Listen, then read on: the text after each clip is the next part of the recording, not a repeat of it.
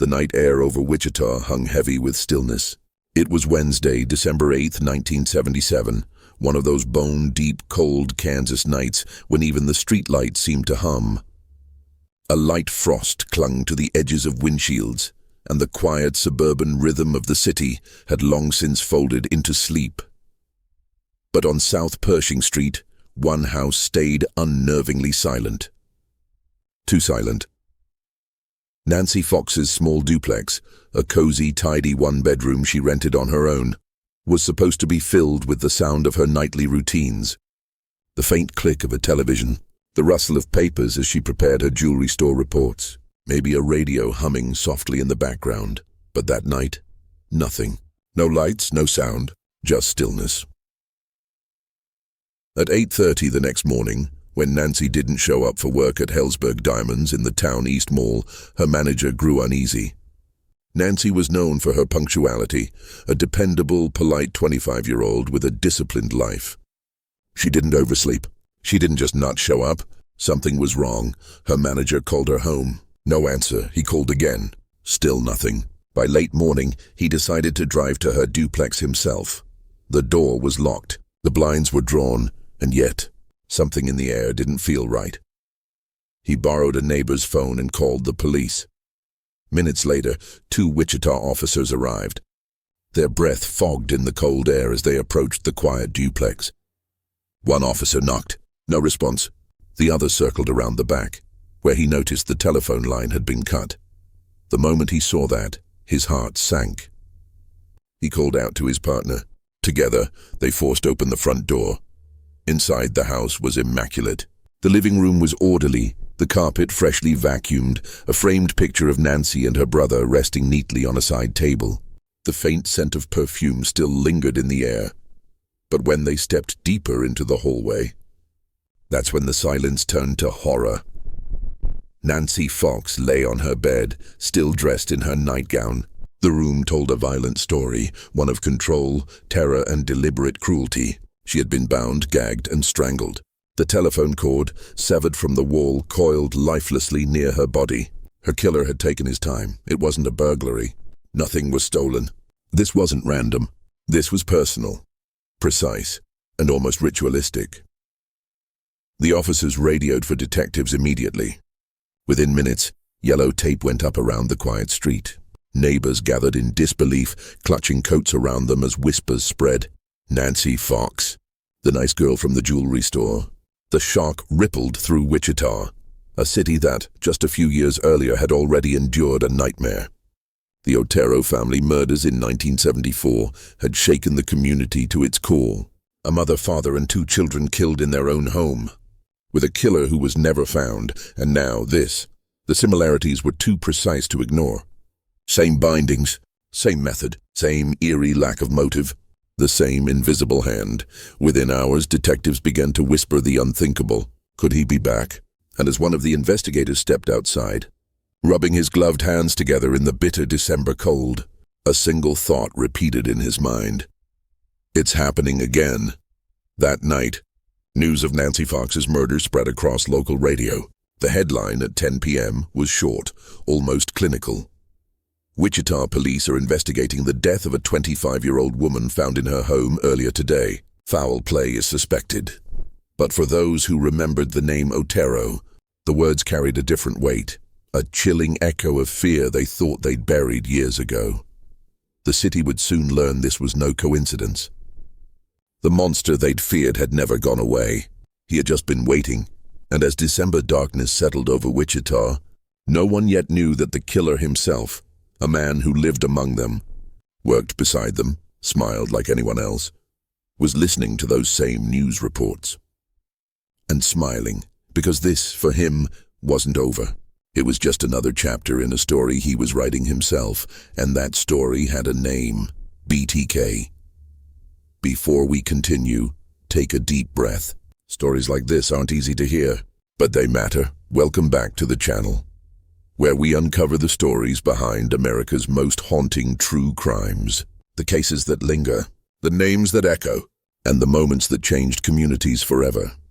If you haven't already, make sure you're subscribed, not just because it helps the channel, but because every week we revisit the cases time forgot, and the people the world still remembers. Click that bell icon so you never miss when a cold case finally finds its voice again. And as you listen tonight, I want you to think about this. What drives a person to turn ordinary life, quiet streets, warm homes, safe places, into scenes of terror? And how can someone so monstrous appear so ordinary? Let me know your thoughts in the comments below, because understanding these stories isn't just about the killer. It's about the victims who deserve to be remembered. Now, let's go back to Wichita, 1977, and meet the woman whose kindness and independence would one day collide with one of the most chilling minds America had ever known. Wichita, Kansas, the winter of 1977. At first glance, it was an ordinary Midwestern city, quiet neighborhoods, trimmed lawns, and the kind of small-town decency that made people feel safe leaving their doors unlocked. Churches stood on nearly every corner, and families gathered for Friday night football or potlucks at the local community center.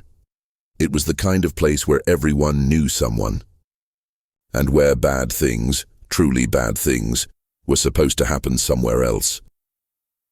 But beneath that calm surface, fear had already taken root. 3 years earlier, in 1974, the Otero family had been found murdered in their own home, the father, mother, and 2 young children brutally strangled. The case left the city reeling. Police investigated relentlessly, but the killer had vanished into thin air. Wichita tried to move on. People locked their doors a little tighter, watched their neighbors a little longer, and whispered their fears quietly. By 1977, some believed the horror was behind them. They were wrong. Nancy Fox was 25 years old, independent, hard-working, private but not withdrawn. She'd recently moved into her small duplex on South Pershing Street, a cozy corner unit with a brick facade and a small flower bed she tended herself. It wasn't fancy, but it was hers. Nancy worked full-time as a secretary at a local construction company by day and part-time at Helzberg Diamonds in Town East Mall in the evenings. Her friends described her as organized, responsible, and meticulous, someone who took pride in doing things right.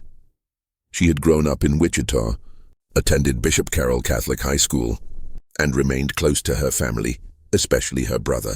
They often talked on the phone, and she'd visit her parents when her schedule allowed. Nancy's life was quiet, but full, filled with plans, work, and a sense of purpose that carried her through the long Kansas winters. She liked her independence. She was saving money. She had goals. Those who knew her remembered her as gentle but assertive, the kind of person who knew how to say no, firmly but kindly. She was cautious too. After all, Wichita hadn't completely forgotten the Oteros. People still spoke about that killer who'd never been caught. Nancy wasn't naive, but she didn't live in fear either. She was careful but confident. The city itself was changing. Wichita was a working-class hub, a city built on aircraft manufacturing and the grit of its residents. The late 1970s brought economic uncertainty, but the community still felt grounded in Midwestern resilience. People took comfort in routine, knowing the mailman by name, seeing the same faces at the corner store, waving at police officers as they drove by. Safety wasn't just assumed, it was expected. That's what made what happened next so unbearable. In 1977, there was no internet, no social media, no constant stream of updates. News traveled through radio, newspapers, and whispered conversations over coffee. When something terrible happened, it didn't just disrupt a feed, it shattered a sense of community. And when a killer returned after years of silence, it wasn't just fear that spread through Wichita. It was disbelief. The murder of Nancy Fox would not only reopen old wounds, it would redefine how the city saw itself. Because this wasn't just another crime. It was a message, a deliberate act by someone who wanted attention, control, recognition. And unlike most killers, this one wouldn't stay hidden. He would write to the police, to the media, to the city itself.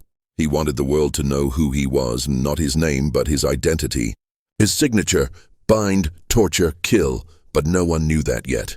In December 1977, Nancy Fox was just another young woman living on her own. Someone with dreams, a job, and a small, peaceful home. She had no reason to believe she was being watched. No reason to suspect that as she locked her door that night, someone was already planning to break through it. For investigators, her murder would later become a turning point, the moment when the BTK case broke into public awareness, revealing just how methodical, patient, and terrifyingly human her killer truly was. But before the name BTK became infamous, there was just Nancy, and a city trying to hold on to its innocence. December 8th, 1977. It was an ordinary Thursday evening in Wichita, cold, quiet, and deceptively peaceful. The air outside Nancy Fox's small duplex on South Pershing Street was crisp enough to sting the lungs, and the sound of passing cars came faint and distant, swallowed by the cold. Inside, Nancy followed her routine. She'd come home from her shift at Helzberg Diamonds, likely sometime after 9 p.m. She was tired but calm. Her co-workers remembered her leaving work in good spirits, chatting about the upcoming weekend. Christmas was only 2 weeks away. Her small home reflected her personality, tidy, minimalist but warm. A place where everything had its order. Neighbors often saw her bringing in groceries, folding laundry, or watering the little plants near her window. To them, she was the picture of independence, a young woman who had her life neatly put together. But that night, someone was watching. Her killer had been planning this for days, maybe weeks. He wasn't a stranger who stumbled upon her home by chance. He had studied her routine, watched when she came and went, knew when she'd be alone. Dennis Rader, the man who would later call himself BTK, had picked Nancy Fox with a meticulous, chilling precision. To him, she wasn't a person. She was a project. He called his victims projects in his notes, targets to be stalked, controlled, and executed according to his own twisted rituals. Earlier that day, Rader parked near her neighborhood. He watched her house as dusk fell, pretending to be out for a walk. He noticed her lights turning on one by one. He waited. He would later tell police, years later, in his own cold, monotone words, "I had her selected. I knew her schedule. I broke in through the rear window and waited for her to come home." When Nancy arrived that night, she had no idea someone was already inside. Rader had cut her phone line before breaking in, ensuring there would be no call for help. He hid inside the small duplex, quiet, methodical, patient. The kind of patience only a predator understands. When Nancy entered her home, she likely noticed nothing unusual. She probably took off her coat, maybe turned on the light near the entryway, and set her purse on the counter. She was in the safety of her own home, or so she thought. Then she saw him. Dennis Rader stepped out from the shadows, armed, calm, and terrifyingly composed. He told her he was wanted in California and needed money, food, and a getaway car. His voice was measured, almost rehearsed. He made it sound like a robbery. Nancy, frightened but rational, offered him what she had. She tried to reason with him. She said, "I'll give you what you want." But what he wanted wasn't money. In his later confession, Rader described what happened with chilling detachment. He forced her into the bedroom. He tied her hands.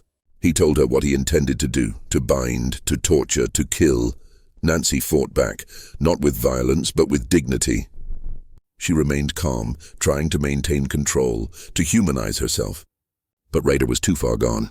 He strangled her slowly with a ligature, watching as she struggled for air. He later admitted, "She was a very brave woman. I admired her courage." It was his idea of admiration, a grotesque, narcissistic reflection of the control he sought. When it was over, he took a moment to arrange the scene. His signature. He cleaned up, wiped down surfaces, and took a few personal items as souvenirs. Then he left, walking into the cold night unnoticed, a predator vanishing back into the ordinary world. The next morning, Nancy didn't show up for work. Her manager, concerned, called her repeatedly. No answer. By mid-morning, his worry turned to dread. Nancy had never missed a shift without calling. He drove to her duplex and knocked. No answer. He looked through the window, blinds drawn tight. That's when he noticed something. Her car was parked out front. He went to a neighbor's house and asked to use the phone to call police. At approximately 1 p.m., Wichita officers arrived. When they forced open the door, the first thing they noticed was how clean everything was. Eerily clean. Nothing appeared stolen. No sign of forced entry on the front door. Then, one officer spotted it. The telephone line hanging loose, cleanly severed. They followed the hallway. The silence felt heavy, suffocating, and then they found her. Nancy Fox lay in her bedroom on her bed, bound at the wrists and ankles, gagged with marks around her neck. The killer had left behind his calling card, the cruel precision of his knots, the deliberate staging of the scene. It was almost identical to what police had seen in the Otero murders 3 years earlier. The officers backed away in horror. They called for detectives. They knew this wasn't just a murder. This was the same man. Within hours, the crime scene was flooded with investigators, photographers, and evidence technicians. They dusted for prints, documented every object, every mark, every thread of fiber. But the killer had been careful, too careful. Outside, the neighborhood gathered, neighbors, friends, co-workers, all standing in the bitter December air as police tape fluttered in the wind. Whispers filled the silence. Not again. It's the same one. It has to be. By that evening, Wichita news stations reported the story with a cold brevity. A 25-year-old woman was found dead in her home today. Police suspect foul play, but among detectives there was no doubt. They had seen this before. The bindings, the strangulation, the meticulous staging. It was the same signature, the same shadow. BTK was back, and the city, once again, was about to lose its sense of safety, one home at a time. The Wichita Police Department was already stretched thin that winter. The cold slowed everything, the streets, the calls, even the morale of officers. But when the report came in from South Pershing Street, everything changed. Within an hour of the discovery, detectives from the Homicide Division arrived. Crime scene technicians began their slow, methodical sweep, fingerprint dust, photographs, sketches, measurements. Every drawer, every surface, every corner of Nancy Fox's duplex was documented. But something about the scene felt too deliberate. The killer had been careful. He'd wiped surfaces, taken time to stage her body. There was no forced entry. The front door was locked when police arrived, meaning he'd left through another route. That detail alone, the calmness, the precision, chilled investigators. This wasn't a burglary gone wrong. This wasn't a crime of passion. This was premeditated, organized, and deeply personal. Investigators noticed the cut telephone line, a small but critical clue. Whoever killed Nancy had planned to isolate her. That required knowledge, timing, and patience. They found binding materials, nylon stockings, cords, and ligatures, consistent with what they'd seen in the 1974 Otero family murders. The knots were identical. One officer reviewing the scene whispered under his breath, "It's him. It's got to be him." They remembered the Oteros. Everyone in the department did. 4 people strangled. A case that had haunted the city and the police for nearly 4 years. They'd gotten nowhere, but now with Nancy Fox, the killer's pattern was emerging. He was back, and he was escalating. Lieutenant Ken Landwehr, who would later become one of the most recognized names in the BTK case, wasn't yet leading the department's cold case unit. But detectives working the Fox case began piecing together every possible connection. Who knew Nancy? Was she dating anyone? Had she been followed? They interviewed co-workers at Helzberg Diamonds, friends, neighbors. Everyone described Nancy as kind, reserved, and careful. She didn't take unnecessary risks. She didn't have enemies, and that paradoxically made her the perfect target for someone like Dennis Rader. The killer's method suggested he stalked his victims quietly. He'd likely followed her for days, maybe weeks. He knew her schedule. He knew when she'd be alone. Detectives began combing through every report of suspicious activity in her area. Several neighbors recalled seeing a man in a parked car a few nights earlier, but no one could agree on a clear description. One said he was thin and middle-aged. Another insisted he was young, wearing glasses. One woman even said he looked like a delivery man. Each account contradicted the other, and the truth hid somewhere in between. Then came the phone call. The morning after Nancy Fox's body was found, Wichita's emergency dispatcher answered a chilling message. A man's voice, calm, almost polite, came through the line. "Yes, you will find a homicide at 843 South Pershing." "Nancy Fox, I'm sorry. I killed her." The operator froze. The caller didn't yell, didn't laugh, didn't threaten. He spoke with eerie composure, the voice of someone confessing not out of guilt, but out of pride. The call was traced to a downtown phone booth near Wichita City Hall. By the time officers arrived, the line was dead. The booth was empty, but they had something new. A voice. Technicians worked to isolate the audio, hoping for a lead. But in 1977, there was no advanced digital forensics, just analog tapes, hiss and static. Still, investigators knew this wasn't a prank. The man on the line knew the details before they were public. And that meant one thing. BTK had just called them himself. News spread like wildfire. Local stations broke the story that the mysterious killer, possibly the same man behind the Otero murders, had struck again. For Wichita residents, it was déjà vu, only worse. This time he wasn't content to hide. He was calling the police. Panic began to spread. Hardware stores ran out of deadbolts. Locksmiths couldn't keep up with the demand. Newspapers filled with editorials pleading for calm. Women began carrying whistles or walking in groups after dark. Parents double-checked their doors every night. At the same time, reporters began to circle the police department, pressing for details. Was it the same killer? Were the Oteros and Nancy Fox connected? And most chillingly, would he strike again? The police department refused to comment publicly on the connection, but privately they knew the similarities were too precise to ignore. The bindings, the control, the calm, the missing souvenirs, all identical. What investigators didn't yet know was that Dennis Rader was sitting at home, watching the chaos unfold on television. He was married, with 2 young children, and living less than 10 miles away. By day he was a compliance officer, the kind of man who wrote tickets for overgrown lawns and unlicensed pets. Neighbors saw him as polite, responsible, even dull. He attended church. He sang in the choir, and behind that mask, he was reveling in his secret. He clipped newspaper articles about his own crimes, filed them carefully in binders, and labeled them like trophies. To him, Nancy Fox was not a human being. She was Project Fox. The police's confusion was his entertainment. The city's fear was his satisfaction. And now, after years of silence, he was back in control. By early 1978, Wichita was gripped by tension.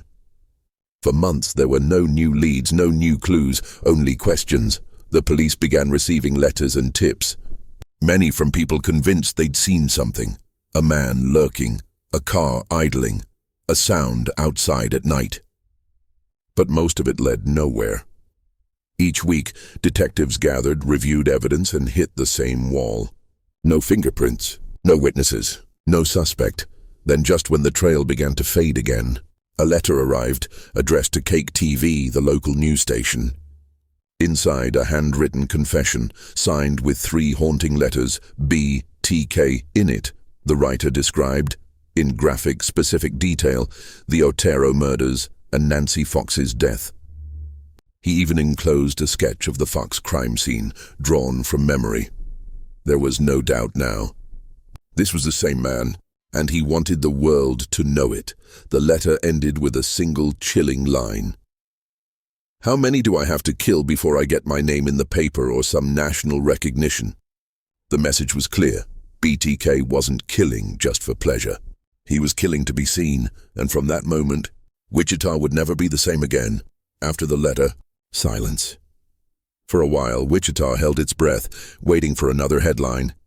Another killing, another message. But the months turned into years and nothing came. No more letters, no more calls, no more victims. At least none they could prove. The police investigation into the murder of Nancy Fox remained open but stalled. Every lead led nowhere. Every clue seemed to dissolve into the background of the city's daily life. And so began the cold years, a decade of waiting, watching and wondering whether the killer who called himself BTK was still out there, or had simply stopped. Detectives continued to revisit the evidence, photographs, notes, autopsy reports. They combed through the letters BTK had sent, hoping to decode a clue that might have been missed. The tone of his writing fascinated and horrified them. Articulate, organized, self-absorbed. He wrote as though he were the director of his own movie, casting himself as both villain and genius. He referred to his crimes as projects. His victims had codes. He signed off like an author closing a chapter, but as the years passed, the case grew colder. New officers joined the force. Others retired. Files were boxed, shelved, and revisited only when a new lead surfaced, or when another woman turned up dead under suspicious circumstances.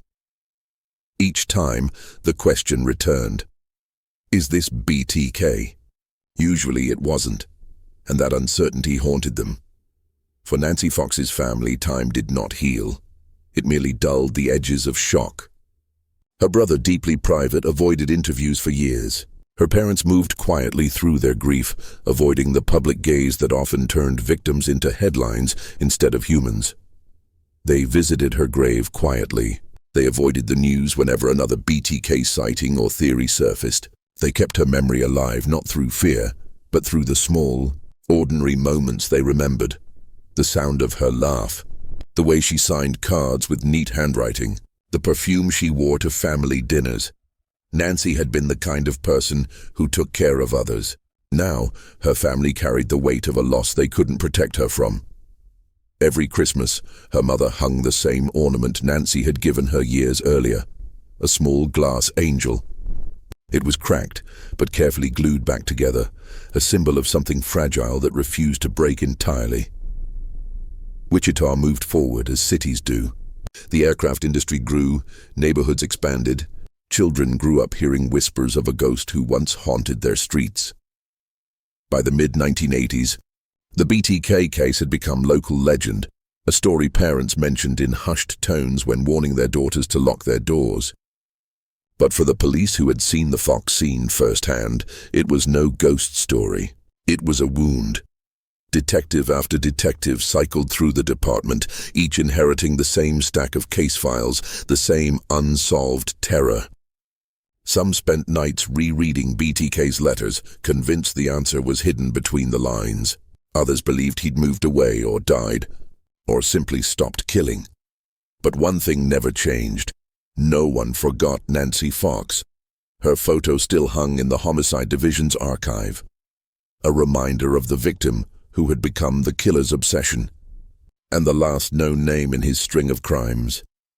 Every few years, a new rumor surfaced. Someone thought they'd seen a suspicious man lurking near South Wichita. A letter arrived at the Eagle newspaper claiming to be from BTK, but handwriting analysis proved it false. Even prank calls to police dispatch mentioned his name, forcing investigators to chase ghosts. The killer's own silence became part of the fear. Was he still out there, blending into everyday life? Was he someone's neighbor, someone's co-worker? Detectives often said that the worst part wasn't what BTK had done. It was that he could have been anyone. And he was. Dennis Rader, the same man who had tied and strangled Nancy. Fox had built himself a perfectly ordinary life. He'd earned a degree in criminal justice from Wichita State University. He'd married, raised 2 children, and worked steady jobs. First in the outdoor supply business, later as a compliance officer for Park City. He attended church, became president of his congregation, even enforced city ordinances with a self-righteous precision. Neighbors described him as meticulous, stern, but reliable.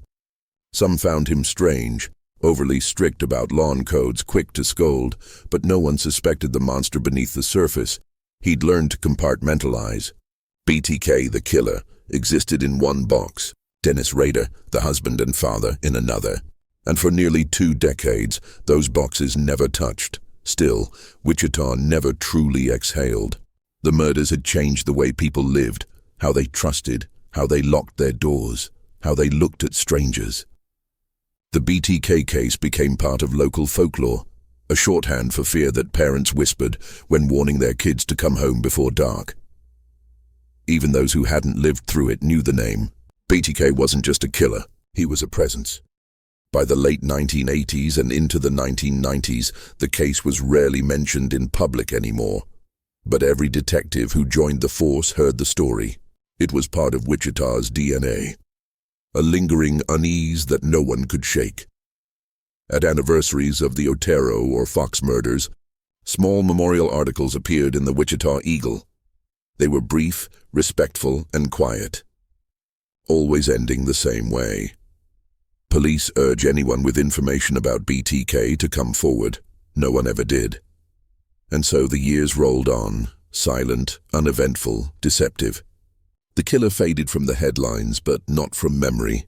His story became a ghost that haunted the edges of normal life. By the early 2000s, many believed BTK was dead or imprisoned for another crime. Younger residents barely remembered his name. But for those who'd lived through the terror, the ones who remembered Nancy Fox, the phone calls, the letters, the fear never fully left. And then, in 2004, 25 years after Nancy's murder, a plain white envelope arrived at a Wichita television station. Inside were photographs, documents, and one unmistakable signature. BTK was back. And this time he wasn't hiding. It began quietly, as most monumental discoveries do. A plain white envelope, unmarked except for a return address that didn't exist, appeared in the mailroom at Wichita's KTV station in March 2004.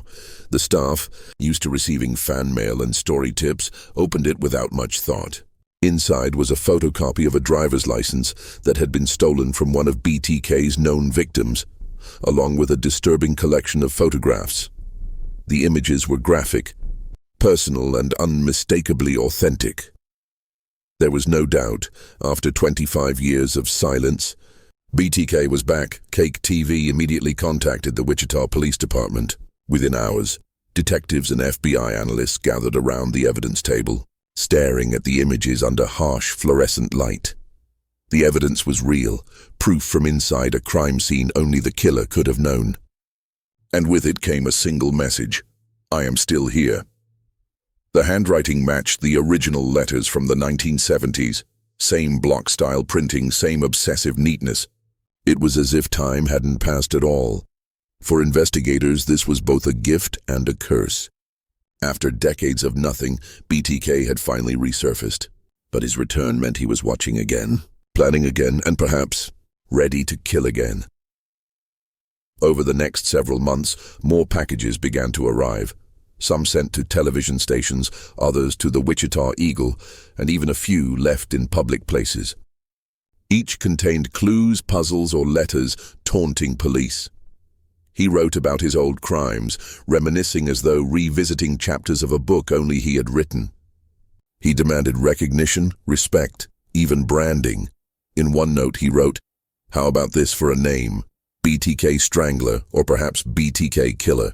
You decide. I like the sound of both." He included word searches, cryptograms, drawings of his victims' homes, and detailed descriptions of his murders.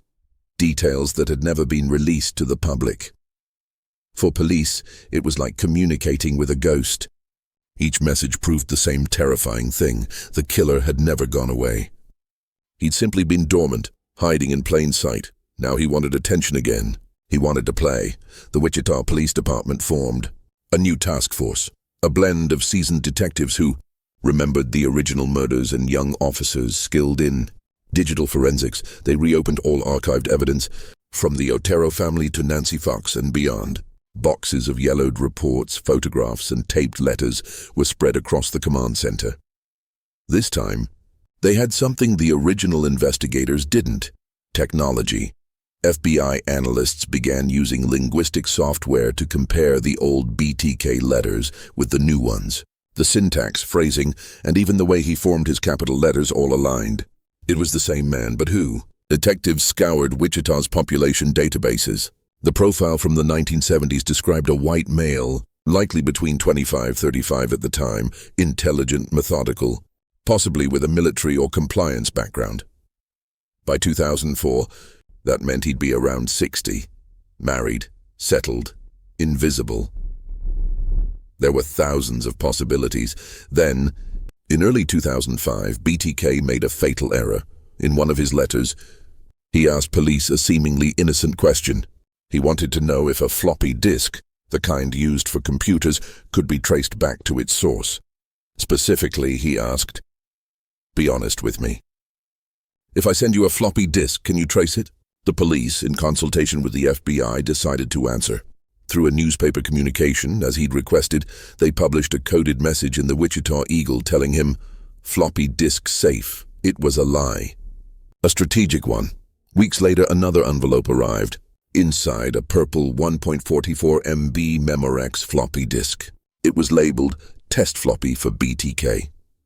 For the first time in nearly 30 years, the killer had handed investigators a modern clue, one that could be traced.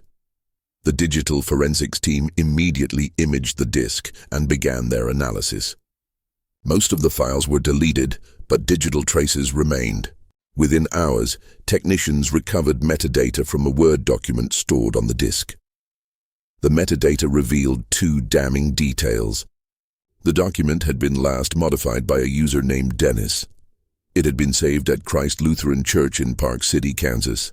The task force froze. A church? Detectives quickly contacted the church. Its president was a man named Dennis Rader. A quick background check revealed what they feared. Rader fit the original profile almost perfectly. White male, 60 years old, married, 2 children, worked as a Park City compliance officer, former U.S. Air Force veteran. He even had a degree in criminal justice from Wichita State University. Every box, every behavioral pattern, every clue, all aligned. But detectives knew they couldn't move too fast. They needed DNA. For years, investigators had preserved trace biological evidence from the BTK crime scenes, including one recovered from under Nancy Fox's fingernails. Now, they finally had a suspect. To obtain DNA without alerting Rader, detectives found a creative workaround. They subpoenaed a sample of DNA from his daughter's medical records at Kansas State University, where she had recently undergone a routine pap smear. The results came back within days. The familial DNA matched the crime scene evidence almost perfectly. It was over. After 30 years, they had found BTK, the man who had haunted Wichita, who had murdered Nancy Fox. The Otero family and others was living quietly as a husband, father, church leader, and city official. He had attended council meetings, led Boy Scout outings, written parking tickets, and every day he'd driven past the same streets he once stalked his victims on. The task force moved with quiet precision. They set up surveillance outside Rader's modest home in Park City. They watched his movements, his habits, his interactions. He seemed ordinary, almost painfully so.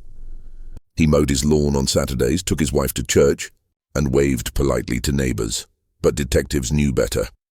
Every movement, every pattern, every smile was an act, the performance of a man who believed he was untouchable.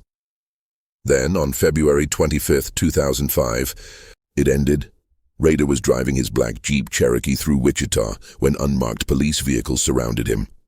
He was pulled from the car, placed in handcuffs, and told he was under arrest for multiple counts of first-degree murder.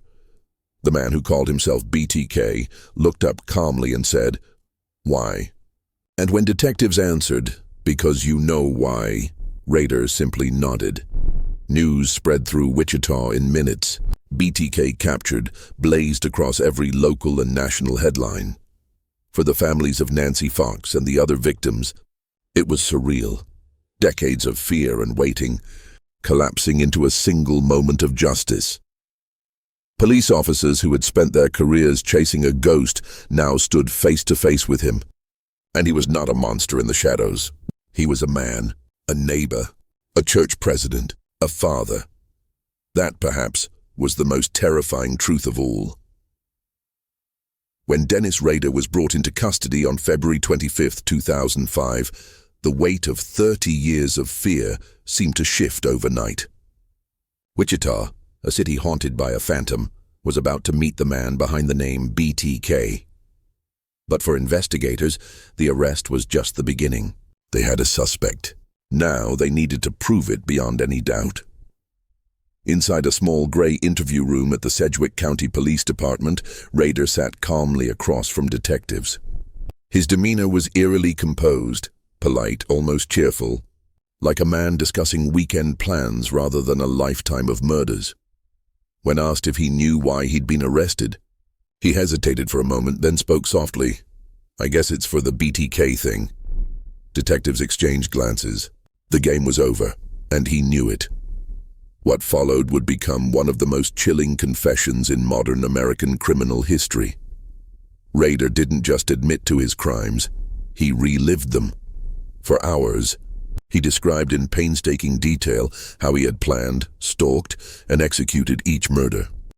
He explained how he'd chosen his victims, how he'd broken into their homes, and even how he'd given each case a name, like projects in some macabre portfolio. "I called Nancy Fox Project Fox. I had her routine down. I knew when she'd be home. I waited for her." Detectives, seasoned men who'd seen the worst of humanity, sat in stunned silence as Rader spoke with the tone of a man discussing office work. There was no remorse, no trembling voice, just precision.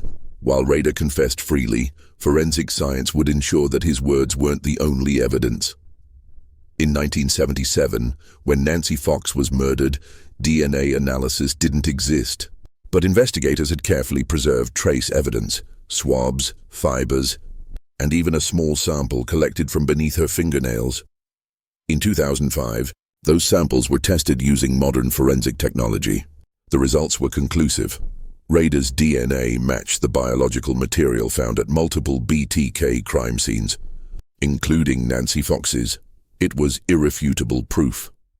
The same man who sat calmly across from detectives was the same predator who had cut Nancy's phone line, tied her hands, and taken her life nearly 3 decades earlier. Even Rader seemed fascinated by the science that caught him. During one interrogation he asked, almost academically, "How did you guys figure out the floppy disk?" When detectives told him about the metadata linking it to his church computer, he blinked, stunned. "I asked you if it was safe." "We lied," the detective said. Rader paused, then smiled slightly. "Well," he said, "that was very clever." Over the following days, investigators and forensic psychologists began piecing together the psychological profile of Dennis Rader. Not just the killer, but the man. They discovered a pattern that had begun long before the murders. Rader admitted to having violent sexual fantasies as early as childhood. He had developed an obsession with bondage and control, fantasies that grew darker over time. He'd stalked women, broken into homes, and stolen personal items long before his first murder. To him, killing wasn't just violence. It was theater, a ritual. He kept hit kits, bags containing ropes, cords, gloves, and tools, ready for his projects. He documented his crimes meticulously in notebooks and Polaroids, sometimes dressing in his victims' clothing after their deaths to reenact his crimes for himself. When psychologists later reviewed his writings, they noted his narcissism, his need for control, and his chilling detachment from empathy. Rader described himself as having 2 sides, the family man and BTK. "It's like the monster in me would wake up," he said, "and once it started, it had to be satisfied." This duality, the respectable citizen by day, the sadistic predator by night, fascinated and horrified experts alike. He wasn't insane. He was methodical, deliberate, and fully aware of what he was doing. He wanted power. He wanted an audience. And in his mind, the murders were his way of creating art from cruelty. In addition to DNA, physical evidence continued to build. At Rader's home, police found a treasure trove of items connecting him to the murders.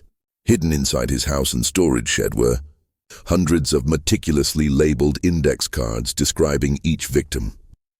Polaroid photos of the crime scenes, sketches of women bound in various positions, pieces of jewelry and personal items taken from victims. Homes, handwritten BTK communications, drafts of letters he had sent to police and media. Among them were materials tied directly to Nancy Fox's case, including notes about her address, schedule, and even references to her phone line. The precision was chilling. Every detail matched what investigators had found at the scene, and when confronted with the evidence, Rader didn't deny it. He nodded, smiled, and began explaining step by step how he had done it all. Nancy was a challenge, he said during his confession. She was smart. I respected that. Prosecutors and investigators worked closely to compile an airtight case. They knew the world would be watching. After all, BTK wasn't just another serial killer. He had become a symbol of the evil that hides behind normality. The evidence list grew thicker each day. DNA matches from multiple victims. Fingerprints from letters sent to the media. Handwriting. Comparisons linking him to the original BTK communications. Metadata from the floppy disk tying him to Christ Lutheran Church. Witness statements from neighbors recalling his suspicious behavior in the 1970s. Even his own words damned him. Detectives recorded his confession in full, hours upon hours of Rader calmly walking them through his projects, each one detailed like an employee giving a presentation when asked why he stopped killing after the 1980s. Rader shrugged. I got busy. Family, job, other things. It was as casual as discussing a hobby he'd simply grown tired of. For the families of Nancy Fox and the other victims, hearing Rader's confession was unbearable, yet, in some way, it offered what decades of silence could not: answers. They finally knew who had taken their loved ones and how. They finally saw the face of the man who had terrorized their city. But with those answers came new questions, questions that might never be fully answered. Why did he choose them? Why Nancy? Why any of them? Even Rader couldn't explain it fully. They were just there, he said. Something clicked. I can't explain it. Psychologists later concluded that Rader's crimes were driven by a combination of sexual sadism, narcissistic personality disorder, and a compulsive need for recognition. He wasn't driven by rage but by ritual, by control. For Wichita, it was a strange kind of healing, knowing the face behind the fear. But for many, it was also a deeper wound, discovering that the monster had lived among them all along. When police inventory teams finished cataloging Rader's possessions, they had collected thousands of items. Each one told a piece of the story: the mask he wore, the trophies he kept, the chilling organization behind the chaos. In one file, labeled simply Projects, investigators found detailed lists of future potential victims, people he had watched but never attacked. Nancy Fox's name was among them. Highlighted, dated, and circled, that list and his careful documentation revealed the depth of his planning. BTK didn't kill impulsively. He planned like a hunter, and then he recorded everything so he could relive it later. It was evidence not only of his guilt, but of his obsession. The case against Dennis Rader was now ironclad. Forensic proof, confessions, and years of his own words. But for investigators, one question lingered. How could a man live two lives for so long? One ordinary, one monstrous, without anyone suspecting. As one detective later said, BTK wasn't a ghost, he was our neighbor, and that's the part that still keeps me up at night. February 25th, 2005. It was a Friday morning like any other in Wichita. Cold, gray, the kind of morning where steam rose off rooftops as the sun struggled through winter clouds. But on a quiet suburban street in Park City, Kansas, the illusion of ordinary life was about to shatter. At 10:15 a.m., Dennis Rader pulled his black Jeep Cherokee out of the driveway of his modest beige home on Independence Street. He was headed toward lunch, maybe to run errands, maybe to the church office where he served as president of the Congregation Council. He didn't make it far. 3 unmarked police vehicles boxed him in at an intersection.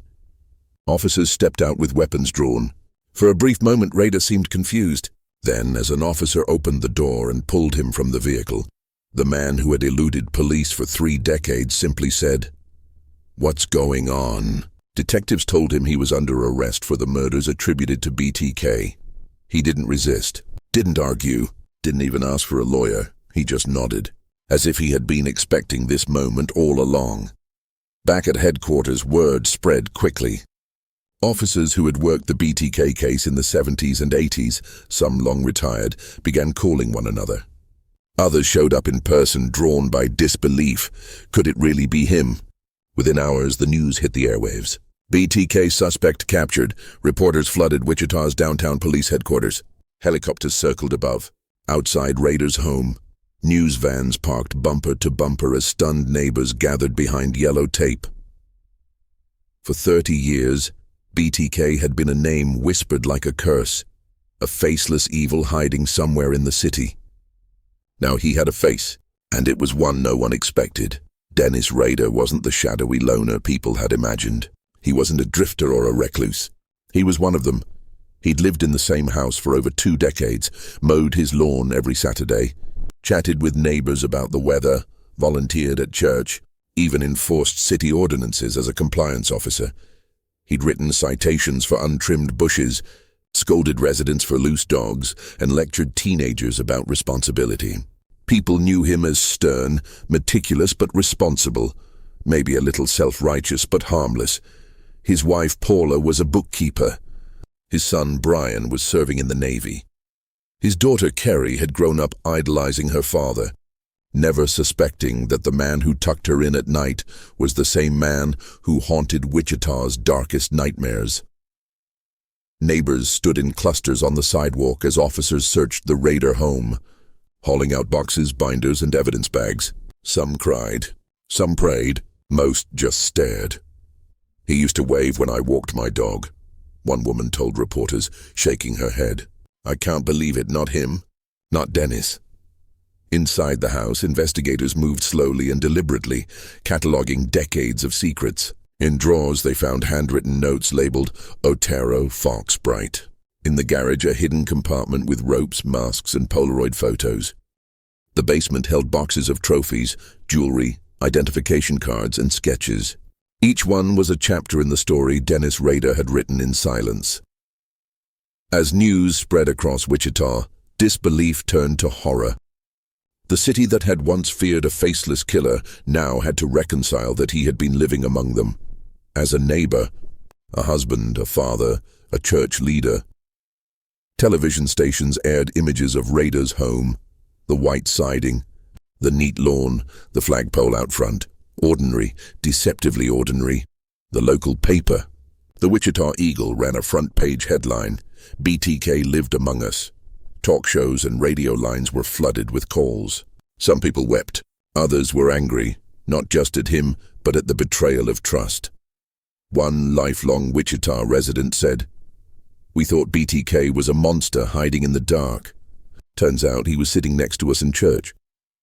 At Christ Lutheran Church, parishioners gathered in silence. The sanctuary, once filled with hymns and laughter, became a place of stunned quiet. The pastor stood before the congregation that Sunday and said, "We will pray for the victims and for our own hearts, that we may find understanding in the face of evil." No one could sing that day.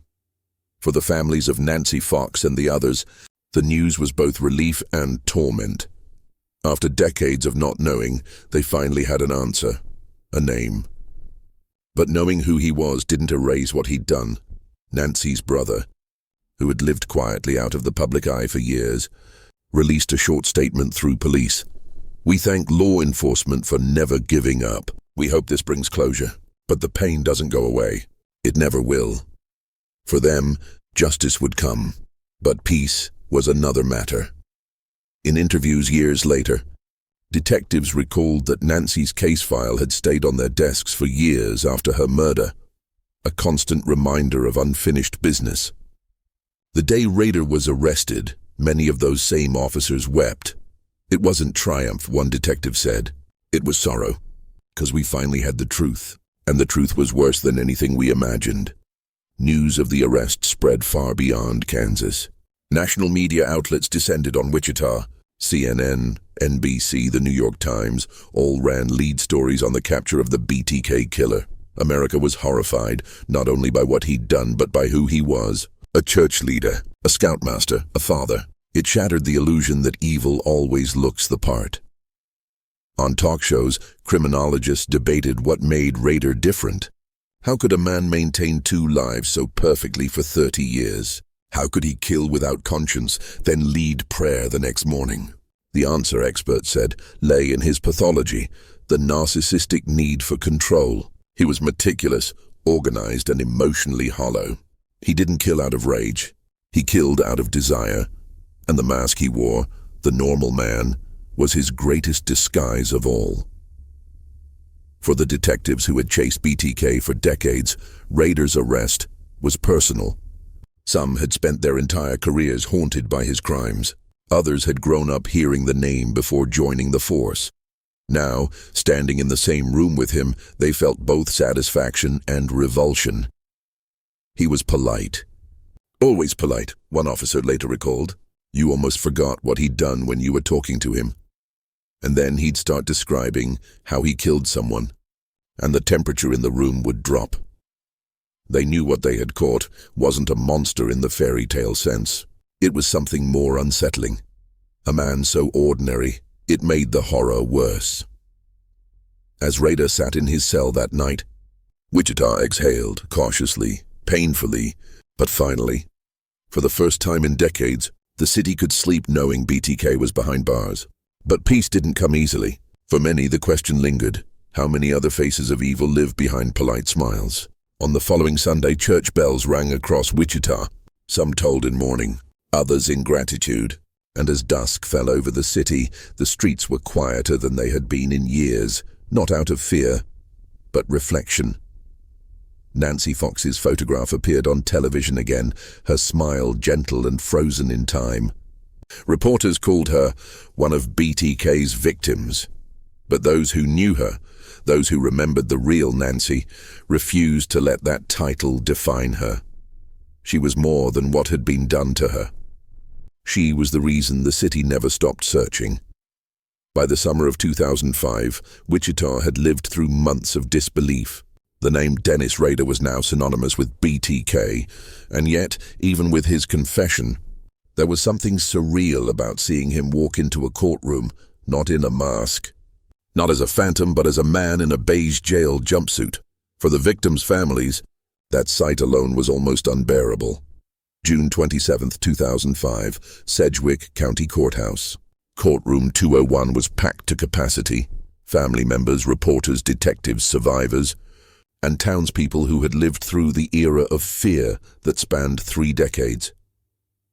Outside, satellite trucks from CNN and major networks lined the streets. Inside, the air was heavy. The kind of silence that doesn't come from peace, but from reverence and horror.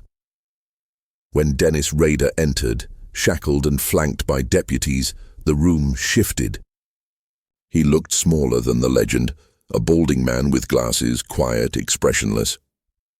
He glanced around, nodded once to no one in particular, and sat down. The judge read out the charges, 10 counts of first-degree murder. Each name a life, a story, a tragedy. Then in a flat, almost casual voice, Rader said the words everyone had waited decades to hear. Guilty. But it was what came next that would leave the courtroom stunned. As part of his plea, Rader agreed to describe his crimes in open court. No one expected what they were about to hear. For nearly 2 hours, Dennis Rader stood before the judge and the world and calmly recounted the details of each murder. He described how he'd planned them, how he'd watched his victims, how he'd broken in, bound them, and killed them. Each detail was delivered with precision, like a man reading a grocery list. No hesitation, no emotion. When he reached Nancy Fox, his tone didn't change. He explained how he had cut her phone line, waited for her to come home, confronted her, and strangled her. He even described what she said to him, how she prayed before he killed her. The courtroom went silent. One of the jurors wept quietly. Nancy's family held each other, eyes closed, as if trying to block out the sound of his voice. Afterwards, he said calmly, I cleaned up, took a few items, and left. I locked the door behind me. It was the banality of it. The calm, detached manner that chilled everyone in that room. The judge, visibly shaken, asked if he understood what he was admitting to. Yes, sir, Rader replied. I did it all. I'm BTK. During sentencing, the families of the victims were given the chance to speak. Their words cut through the courtroom's sterile decorum like lightning. One by one they stood. Some spoke of forgiveness, others of anger that would never fade.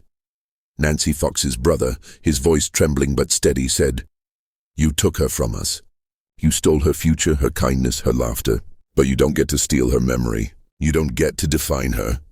Another family member of a different victim said softly, I will never understand you. I don't want to, but I know you're not bigger than the love we have for them. As they spoke, Rader sat motionless, his face blank, occasionally adjusting his glasses. The only sign of emotion came when one family member looked him dead in the eyes and said, You are nothing without your mask. For a brief second, his composure cracked. His eyes welled, not with empathy, but with the humiliation of being stripped of control. That was the closest Dennis Rader ever came to remorse. When the time came for sentencing, the judge spoke directly to Rader.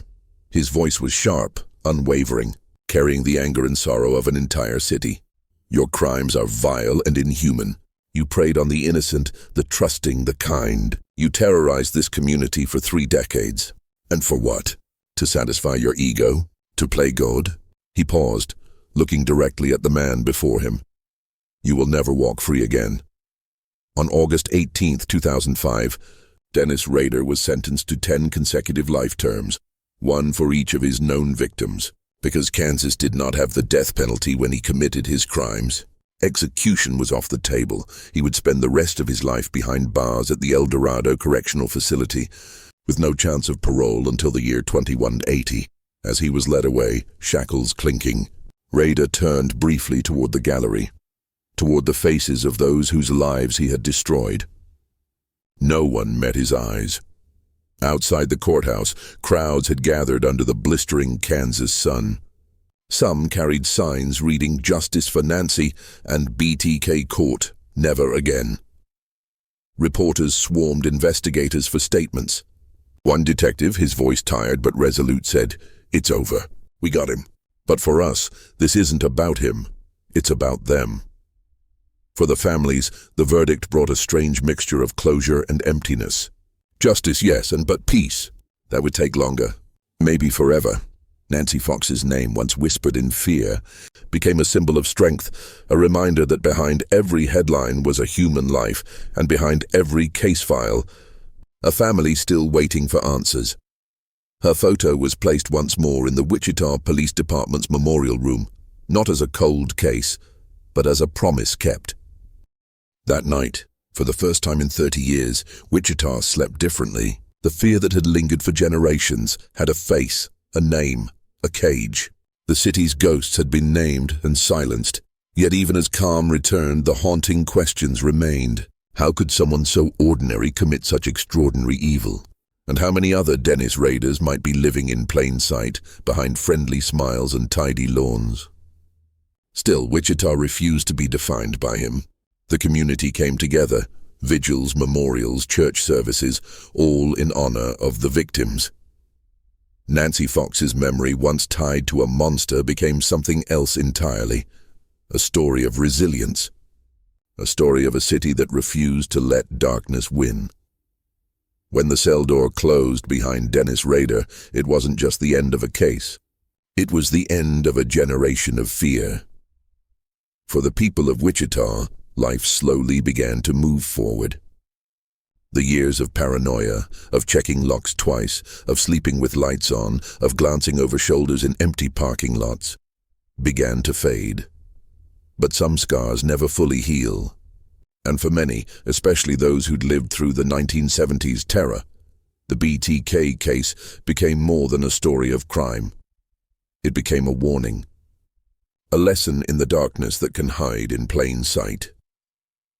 In the months following the verdict, Wichita tried to reclaim what it had lost. Churches held memorials. Candles were lit for the 10 victims. Local papers published tributes not to BTK but to the lives he stole. Nancy Fox's name appeared often, her picture, smiling and alive, a symbol of grace amid tragedy. Her former co-workers at Helzberg Diamonds remembered her kindness, her laughter, her professionalism. One of them said in an interview, "Nancy was the kind of person you wanted your kids to grow up like. Kind, hard-working, honest. That's how we remember her, not for what happened, but for who she was." Her family stayed private, as they always had, but quietly thanked law enforcement for never giving up. They hoped people would remember Nancy not as a headline, but as a person, a sister, daughter, friend, dreamer. And in many ways, Wichita itself carried her memory forward, through resilience. The city that once trembled in fear became a symbol of what happens when a community refuses to be broken. For investigators, the BTK case became a watershed moment in American criminal justice, a textbook example of persistence, patience, and evolving technology. The DNA evidence that solved Nancy Fox's murder became one of the earliest high-profile cases to use familial DNA tracing, a technique that would later help solve other cold cases nationwide. Police departments across the U.S. studied Wichita's methods, learning how to balance traditional investigation with emerging digital forensics. BTK also became a case study in criminal psychology, a reminder that not all predators fit the stereotypes of madness or chaos. Sometimes they blend in perfectly. Criminal profilers from the FBI cited Rader as one of the most organized killers in modern history. His meticulous habits, his documentation, his ability to compartmentalize. But they also noted his fatal flaw, the ego that needed recognition. It was that arrogance, not the science, that finally brought him down. As one detective later said in a documentary, BTK wanted to be remembered. He made sure of that, but we made sure how he'd be remembered. As a criminal, not a legend. The BTK case reshaped how America saw the concept of evil. It forced people to confront the uncomfortable truth that monsters don't always look like monsters. Dennis Rader was a husband, a father, a church leader. He mowed lawns, attended PTA meetings, smiled for photographs. He was the embodiment of the ordinary neighbor, and that, perhaps, was the most chilling revelation of all. The case inspired books, documentaries, films, and psychological studies. But the best of them focused not on glorifying Rader, but on understanding how someone could hide in plain sight. For so long, the term "the banality of evil" had first coined, decades earlier to describe ordinary people committing horrific acts, found new life in the BTK story. And yet, in the true crime community, a quiet movement began, one that emphasized the victims, not the perpetrators. Nancy Fox became part of that movement. Her story wasn't about death, it was about remembrance, about the way communities can transform grief into awareness and fear into vigilance. At the El Dorado Correctional Facility, Dennis Rader lives in near-total isolation. He is allowed limited contact with the outside world, letters, books, the occasional interview, but he will die behind those concrete walls. In interviews conducted years later, Rader continued to speak with the same detached precision. He expressed mild regret, but mostly for his family, not for his victims. Psychologists called it self-pity masquerading as remorse. His daughter, Kerry Rawson, would later break her silence, writing a book titled A Serial Killer's Daughter, describing her father's arrest and the emotional devastation it caused. In her words, "He was my dad, my hero, and then he wasn't." Her courage helped reshape the public conversation, not about BTK, but about what happens to the innocent people left behind. Nearly 50 years after Nancy Fox's death, her story still resonates, not just in Wichita, but across the country. Every anniversary of the BTK case brings reflection. but also gratitude. Gratitude for the investigators who never stopped searching, and for the advances in forensic science that finally brought answers. At Bishop Carroll Catholic High School, where Nancy once studied, her name is sometimes mentioned during memorials for local victims of violence. Quietly, respectfully. In the Wichita Police Department, her case file, once labeled unsolved, is now stamped in red, closed. But closure doesn't mean forgetting. It means remembering, fully, honestly, and without fear. Nancy Fox was 25 years old. She had dreams, a career, a family who loved her.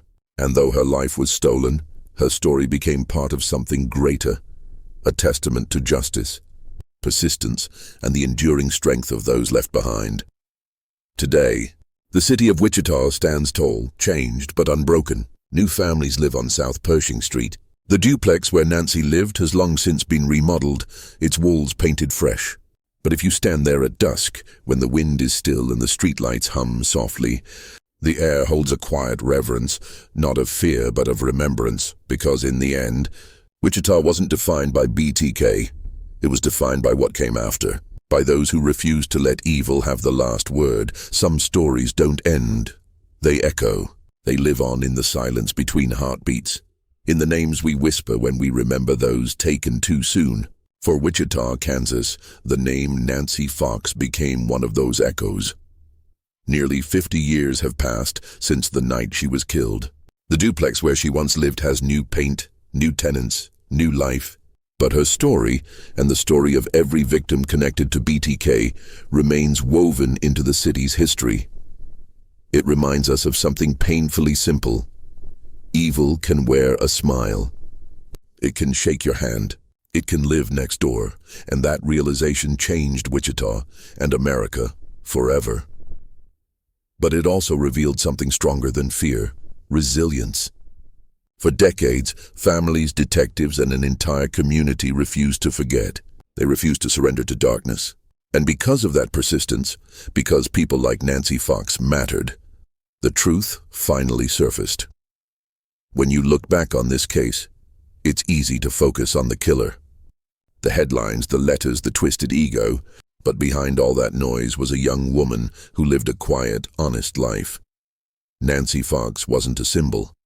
She was a daughter, a sister, a friend, a person who worked hard, smiled often, and deserved so much more than the fate she was given.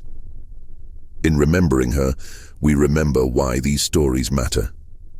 Not for the shock, not for the fear, but for the truth, and for the humanity that must never be lost inside it. Since Rader's arrest, countless cases have been solved thanks to new forensic technology and renewed public vigilance. The BTK case didn't just close a chapter.